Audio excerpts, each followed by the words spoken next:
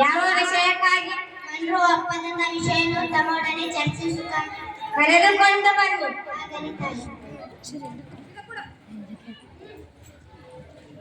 Good morning ರಾಣಿ ಸಾಹೇಬ್. ಬಂದ ವಿಷಯ ಕಪ್ಪ ಕೇಳುವುದಕ್ಕೆ. ಏನು ಕಪ್ಪನ? ಹೌದು, ನನ್ನ ಸಾಹೇಬರ ಒಪ್ಪಂದದ ಪ್ರಕಾರ ನೀವು ಕೊಡಲೇಬೇಕು. ಕಪ್ಪು ತಿನ್ನುವುದಕ್ಕೆ ಬಿಟ್ಟ ತಪ್ಪಿಗೆ ಕೂಲಿನೂ ಬೇರೆ ಕೊಡಬೇಕು. ಏನು? ಮೋಡ ಮಳೆ ಸುರಿಸುತ್ತದೆ, ಭೂಮಿ ಬೆಳೆ ಬೆಳೆಯುತ್ತದೆ, ನಿಮಗೇಕೆ ಕೊಡಬೇಕು ಕಪ್ಪ? ನೀವೇನು ನಮ್ಮವರೊಂದಿಗೆ ಹುಟ್ಟಿರಾ, ಬಿಟ್ಟಿರಾ, ನೀರು ಹಾಯಿಸಿ ನಾಟಿರೇತರ, ಇಲ್ಲ ನಡೆದವರಿಗೆ ಅಮ್ಮನ ಕಳಿಸಿಕೊಟ್ಟಿರ, ನಿಮಗೇಕೆ ಕೊಡಬೇಕು ಕಪ್ಪ?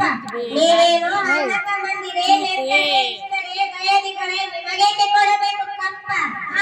ಚೆನ್ನಮ್ಮ ರಾಣಿ ಕಡೆಗೆ ಸಾಹೇಬರ ಕೃತಿಗಳು. ಇಂಥ ಕಷ್ಟದಲ್ಲೂ ಇಷ್ಟೊಂದು ದೊರಕರೆ ಅದು ಕನ್ನಡಿಗರ ಮುತ್ತುಗುಣ.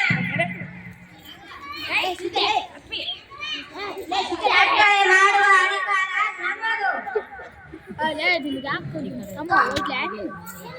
ಹೀಗೆ ಜಮ್ಮು ಕೊಚ್ಚಿಕೊಂಡು ಮೈಸೂರು ಮಣ್ಣು ಪಾಲಾಯಿತು. ಅದು ನಿಮ್ಮ ವೀರದಿಂದ ಅಲ್ಲ, ಅಂತ್ಯತೆಯಿಂದ. ಮೈಸೂರನ್ನು ಹಾಳು ಮಾಡಲು ಮರಾಠರನ್ನು ಹಾಳು ಮಾಡಲು ಮತ್ತೊಬ್ಬರನ್ನು ಎತ್ತಿ ಕಟ್ಟುತ್ತಾ ಇಡೀ ಹಿಂದೂ ದೇಶವನ್ನು ನಯವಂಚನೆಯಿಂದ ದುಗ್ಗಲು ನಿಂತಿರುವ ನಡೆಯ ಜಾತಿಯಲ್ಲವೇ ನೀವು?